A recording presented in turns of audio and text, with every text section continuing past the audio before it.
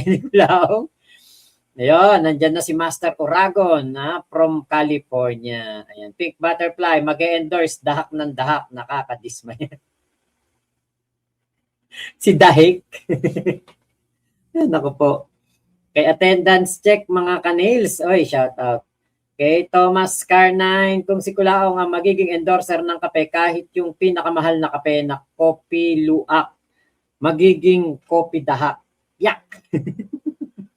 Kuya Jaime, Batang Muntinlupa. Ayun.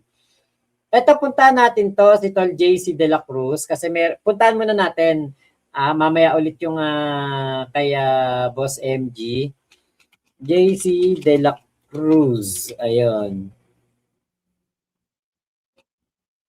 Okay, meron siyang post patungkol dito kay Nanay Susan Broiler.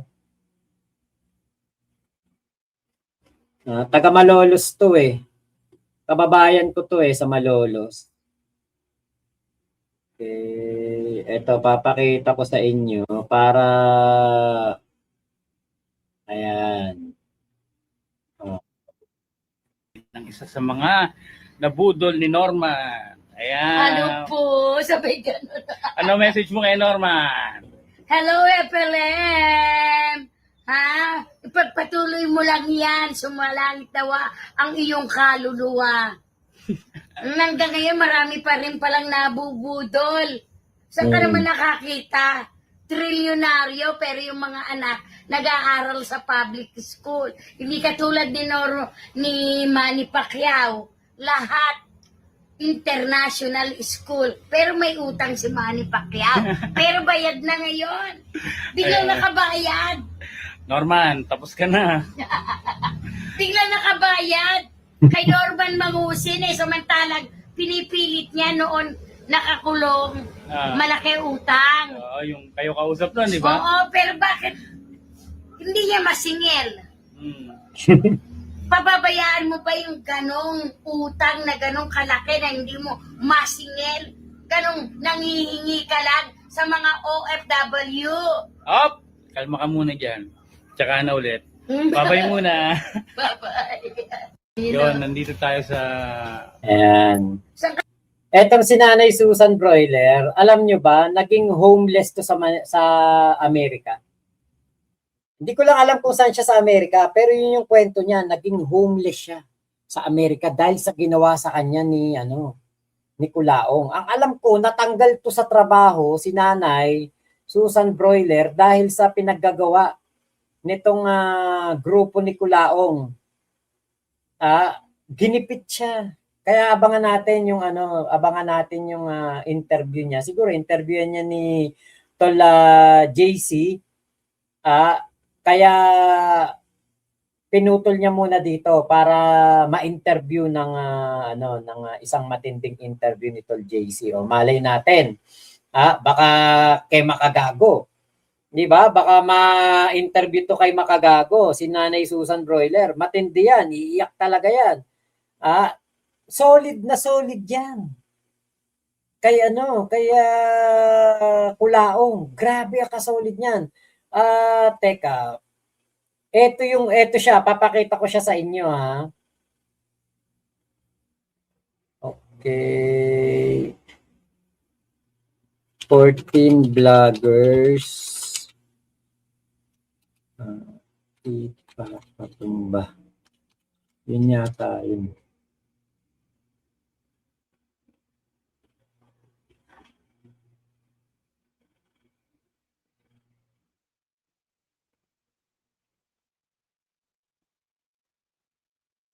Teka, parang wala dito.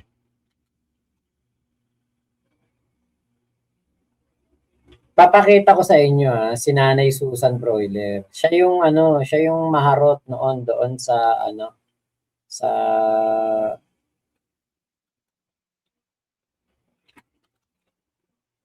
Ayun, eto.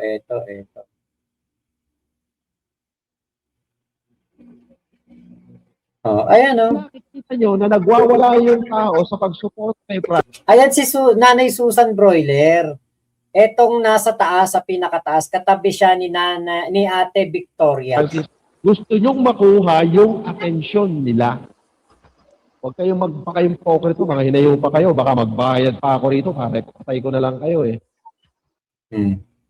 Yan yung time na sinabihan kami ni Kulaong na ipapapatay na lang daw kami. Diyan na namin ginago si Kulaong. Bakit? Kita mo, sinabihan kami ng ganon, ipapapatay na lang daw kami. Ayan si Nanay Susan Broiler. Anong ano yan? Ano tawag dito? Loyal na loyal kay Kulaong yan. Talagang grabe yan. Pinagkaisahan nila yan, pinatanggal nila sa trabaho. Ganon ang panakot nila dati sa mga tumitiwalag at bumibira pabalik kay Kulaong. Kaya nga naging homeless daw siya sa Amerika. Grabe daw ang dinanas niyang hirap doon. Kasi eto naman si Nanay Susan Broiler dati, nung umalis kami sa Kulaong, umalis kami, hindi siya sumama. Naging attack dog siya ng mga Kulaong. At naging attack dog siya ni Kulaong. Minumura kami niyan dati kung ano-ano sinasabi sa amin na masasama. Kasi nga solid na solid siya kay Kulaong. Nung time na kasi 'di ba ayaw niya sumama sa amin. After ng mga ilang buwan lang, siya naman ang winalang hiya. Ang dami niyang naibigay na pera kay Kulaong pero hindi po siya pinahalagahan. Ganon si Kulaong, ganon si Norman.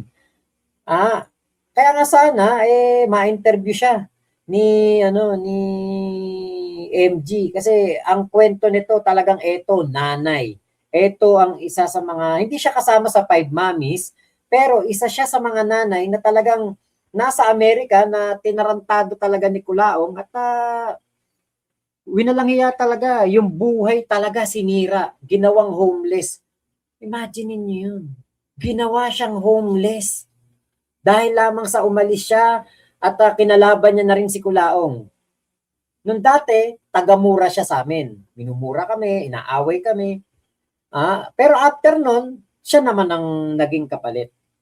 Yan kasi yung pang-brainwash ni Kulaong. Gusto silang agawin ng mga anti-Kulaong sa kanya. Ang purpose lang naman ay maliwanagan at umalis na sa panig ni Kulaong dahil nga sa panggagata sa mga OFW. Tama.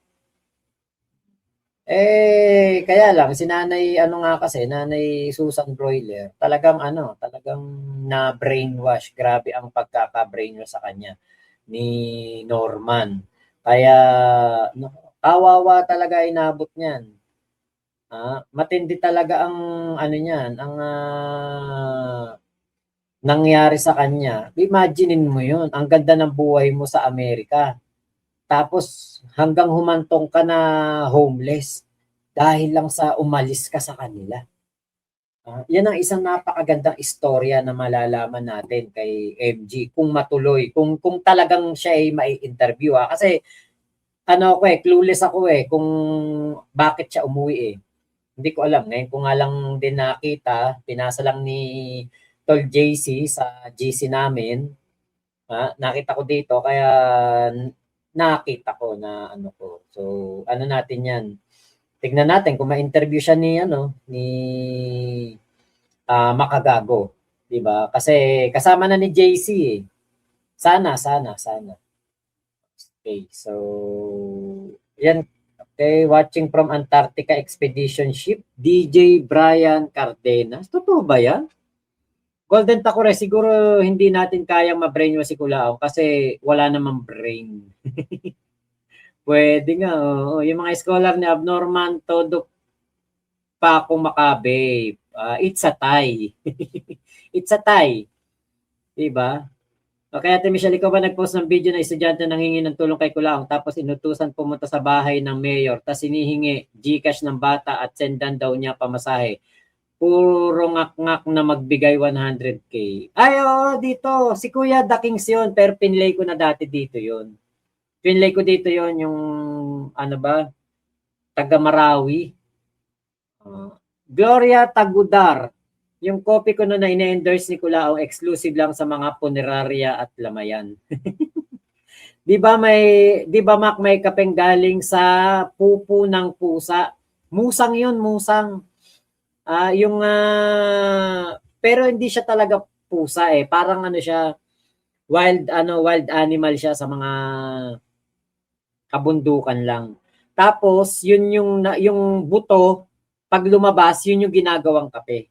Ano kaya kung kainin muna ni Kulaong yung kape sabay ipupo, bumenta kaya, bebenta siguro yon sa mga kakosa niya sa BGMP. Lang yaka. Rodolfo, ayun, shoutout po. Lang yaka.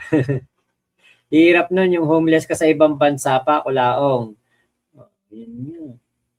Kay Arnold Reyes Agisag, bakit tayo gayahin ni Leo Marcos si BBM na okay, FLM, di ba pareho naman sila Marcos? Bobo po ba kayo, Arnold Reyes? Ano po ba utak nyo? Utak Kulaong?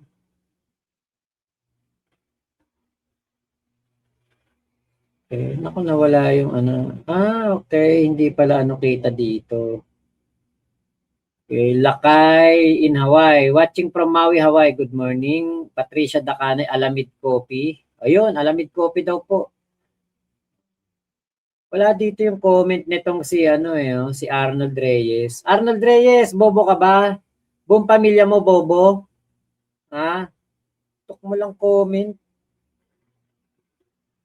Okay, tuloy na natin tong kay MG. Okay.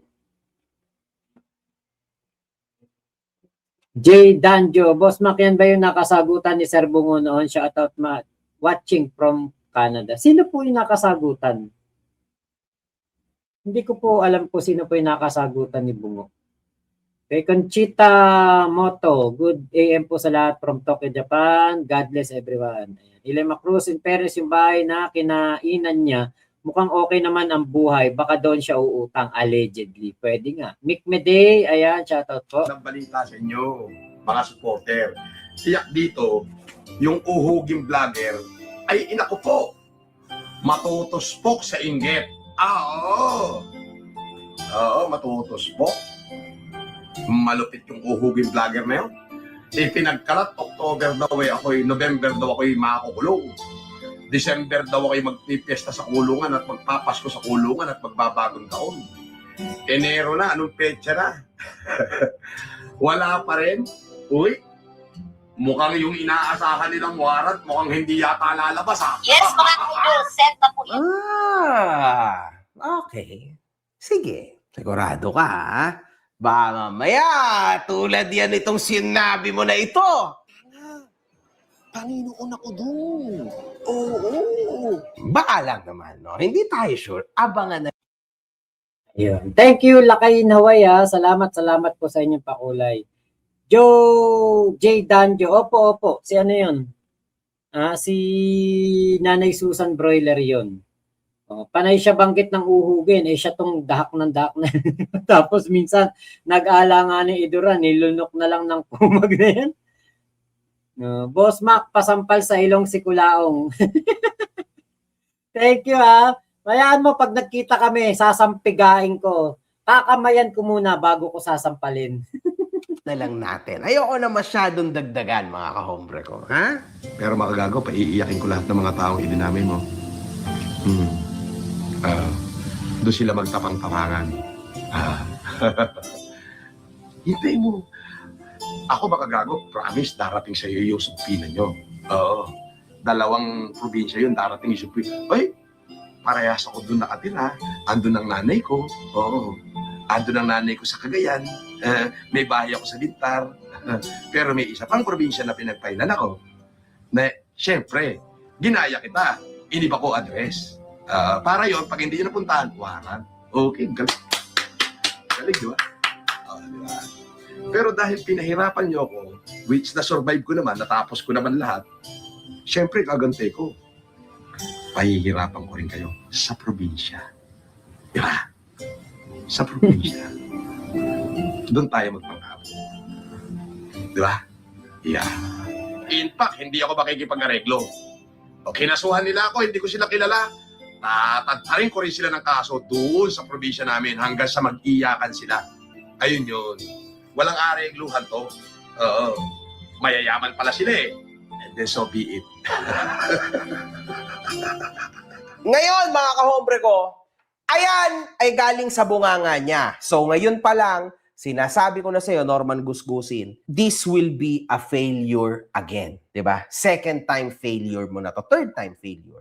Kasi forum shopping itong gagawin mo. Napakasimple lang yan, Norman Gusgusin. Ano ka ba naman? Anong warrant? Warantin ko yung ilong mo. Sindikatuhin mo mukha mo o gawa ka bagong channel. Pikon na pikon ka na, no? Ang hirap bumawi sa totoong may tira, no? Wasak na wasak ang buhay mo ngayon. Isipin nyo, ito ho ang itsura niya 3 months ago. Ngayon, ito na ho ang itsura niya.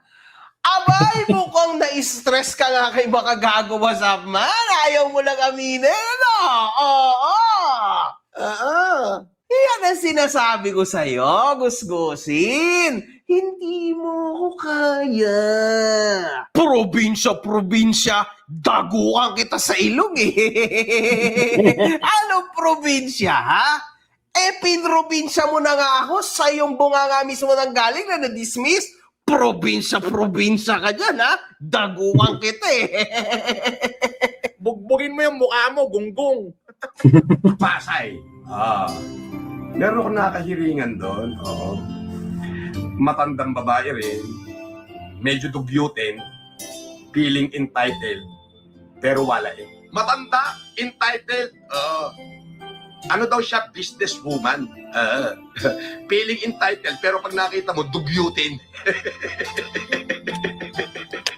Dugyutin?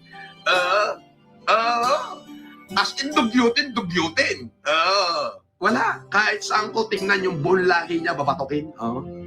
Pag binatukan ko, iiyak eh. Sus! Nagkaroon ng hearing, ha? Baka naman ang iyong pinaparinggan dito, yung pamilya ng misis ko. Naduduwag ka na nga lang ngayon kasi alam mo ng potential nun. Oo! Alam naman ng lahat na sila yung gustong-gusto mo sanang tirahin. Kaso, wala eh. Play safe ka na lang ngayon. Duwag ka pala talaga, no? At saka duwag yan. Mapa-internet man yan o sa personal, sadyan duwag ka. Norman Gusgusin, alam ko ng takbo ng utak mong kriminal, oo. At kung meron man tao sa mundo na walang karapatan na mang-alipusta ng itsura, ng amoy, at ng pagmumuka, ikaw yon. Sa itsura mo na yan, may lakas ka pa ng loob at may puti ka pa ng abdo para mang-asar o mang-alipusta ng mga tao. Norman Gusgusin naman. O sige, itatapat ko ang bayaw ko sa'yo. Ha? Try. O, bayaw ko. Norman Gusgusin. Wala, di ba? O, eto na lang. Yung pangalawa ko na lang na bayaw. O, bayaw ko. Norman Gusgusin. O, eto, pangatlo ko na lang na bayaw. O, partida na to. Di ba? Pangatlo kong bayaw. Norman Gusgusin. Pangapat! Pangapat kong bayaw. Norman Gusgusin. Come on, man. Nasaan? Ang karapatan mo na manlait ng mga tao. Itsura mong yan. Mukha kang talampakan ng elepante. Araw-araw tinatapakan. Oo! Mukhang sasampalin yung mukhang lahi nila. Sa totoo lang, kung talagang ituturing kong kaaway, pwede kong dagukan doon sa loob ng korte yung buong pamilya na yun. Mukhang babatokin din yung pamilya. Walang pwede. Pag binatukan ko isa sa kanila, takbuhan lahat yun eh. Bakit kasi hindi mo subukan? Ayun ang sinasabi ko sa'yo. Bumalandra na sa'yo doon, no? Yung mga sinasabihan mo ng ganyan, wala kang ginawa kundi gumanyan, no? Tumingin ka sa lupa. Diba? Para kang isang good Samaritan. Samaritan ka nga lang sa impyerno. Yun ang problema, diba? Bad Samaritan. Alam nyo, mga kahombre ko, yung mga ganyang klase ng tao, no? Talagang dapat yan, sinusukol. huwag kang mag-alala, Norman Gusgusin. Hindi naman yan yung first and last time na magkikita-kita kayo o magkikita-kita tayo. Tingnan natin kapag meron ng camera kung ano talaga ang mga aktingan mo. And yes, Norman Gusgusin, sabi mo, Speaking of Paranaque, ay wala naman. Wala namang nagiri katulad nung kiniklaim nila na giri doon, giri dito. Wala ho. Walang nagiring ka raw. At saka hindi ko kilala yung mga tao na yon. Hindi ko kilala. So, wala akong pakialam sa kanila. Ika nga walang bearing. Peanut. Di ba?